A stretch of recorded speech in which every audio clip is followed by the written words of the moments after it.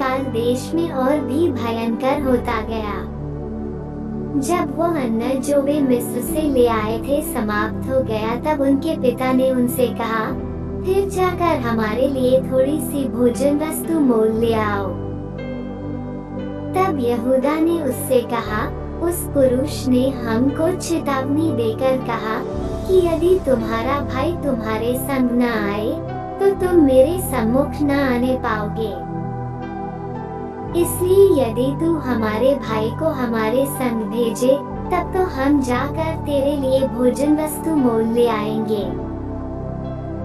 परंतु यदि तू उसको न भेजे तो हम न जाएंगे, क्योंकि उस पुरुष ने हमसे कहा कि यदि तुम्हारा भाई तुम्हारे संग न हो तो तुम मेरे सम्मुख न आने पाओगे। तब इस्राएल ने कहा, तुमने उस पुरुष को ये बताकर कि हमारा एक और भाई है, क्यों मुझसे बुरा बर्ताव किया? उन्होंने कहा, जब उस पुरुष ने हमारी और हमारे कुटुंबियों की दशा को इस रीति पूछा कि क्या तुम्हारा पिता अब तक जीवित है, क्या तुम्हारे कोई और भाई भी है, तब हमने इन प्रश्नों के अनुसार उससे वर्णन किया। फिर हम क्या जानते थे कि वो कहेगा कि अपने भाई को यहाँ ले आओ। फिर यहूदा ने अपने पिता इस्राएल से कहा, उस लड़के को मेरे संग भेज दे कि हम चले जाएं, इससे हम और तू और हमारे बाल बच्चे मरने न पाएंगे, वरन जीवित रहेंगे। मैं उसका जामिन होता हूँ, मेरे ही हाथ से तू उसको फेर लेना। यदि मैं उसको तेरे पास पहुंचाकर सामने न खड़ा कर दूं, तब तो मैं सदा के लिए तेरा अपराधी ठहरूंगा। यदि हम लोग विलंब न करते तो अब तब दूसरी बार लौट आते।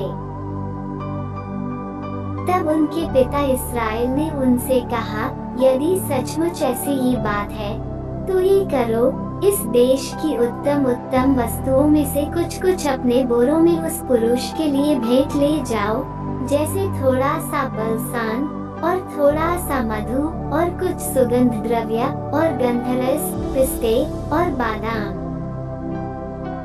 फिर अपने अपने साथ दूना रूपा ले जाओ, और जो रूपा तुम्हारे बोरों के मुंह पर रखकर फेर दिया गया था उसको भी लेते जाओ, कदाचित ये भूल से हुआ हो।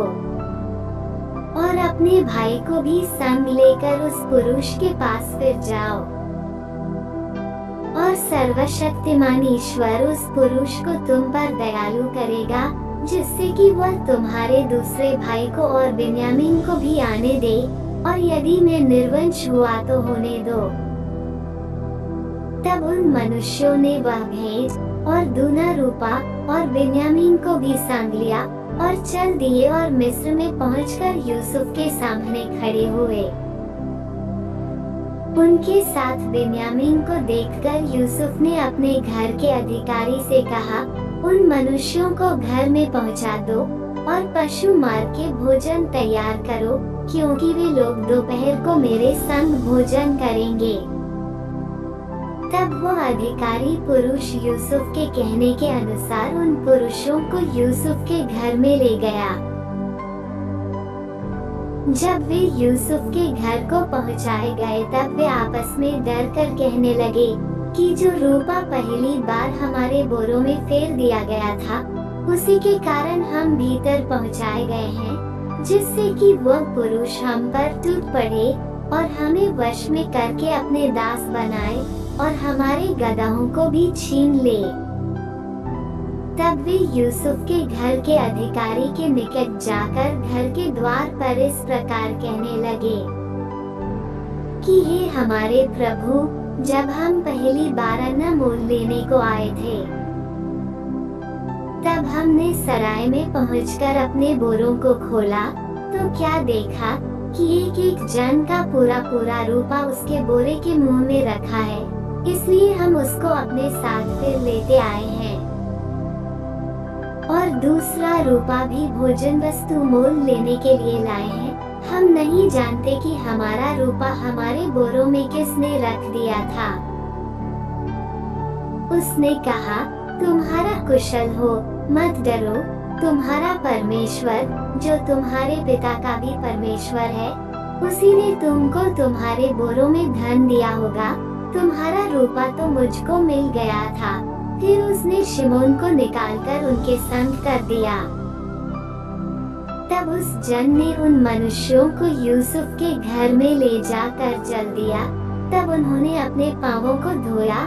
फिर उसने उनके गदहों के लिए चारा दिया।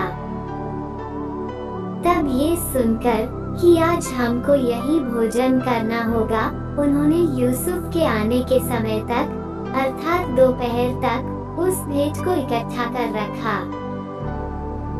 जब यूसुफ घर आया तब वे उस भेंट को जो उनके हाथ में थी उसके सम्मुख घर में ले गए और भूमि पर गिरकर उसको दंडवत किया। उसने उनका कुशल पूछा और कहा, क्या तुम्हारा बूढ़ा पिता जिसकी तुमने चर्चा की थी कुशल से है? क्या वह अब तक जीवित है?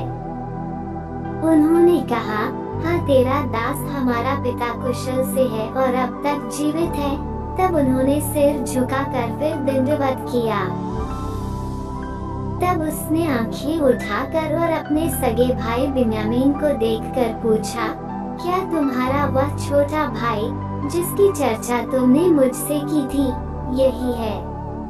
फिर उसने कहा, हे मेरे पुत्र, परमेश्वर तुझ पर अनुग्रह करे। तब उसने आंखें उठाकर और अपने सगे भाई बिन्यामीन को देखकर पूछा, क्या तुम्हारा वह छोटा भाई जिसकी चर्चा तुमने मुझसे की थी यही है? फिर उसने कहा, हे मेरे पुत्र, परमेश्वर तुझ पर अनुग्रह करे। तब अपने भाई के स्नेह से मन भर आने के कारण और यह सोचकर कि मैं कहाँ जाकर रोऊं, यूसुफ फुर्ती से अपनी कोठरी में गया और वहाँ रो पड़ा। फिर अपना मुंह धोकर निकल आया और अपने को शांत कर कहा, भोजन परोसो। तब उन्होंने उसके लिए तो अलग और भाइयों के लिए भी अलग और जो मिस्री उसके संग खाते थे उनके लिए भी अलग भोजन परोसा, इसलिए कि मिस्री इब्रियों के साथ भोजन नहीं कर सकते, वरन मिस्री ऐसा करना घृणा समझते थे। सो यूसुफ के भाई उसके सामने बड़े बड़े पहले और छोटे छोटे पीछे अपनी अपनी अवस्था के अनुसार क्रम से बैठाए गए।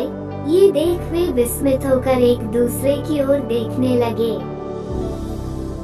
तब यूसुफ अपने सामने से भोजन वस्तुएं उठा उठा के उनके पास भेजने लगा और बिन्यामीन को अपने भाइयों से 5 गुनी अधिक भोजन वस्तु मिली और उन्होंने उसके संग मनमाना खाया पिया।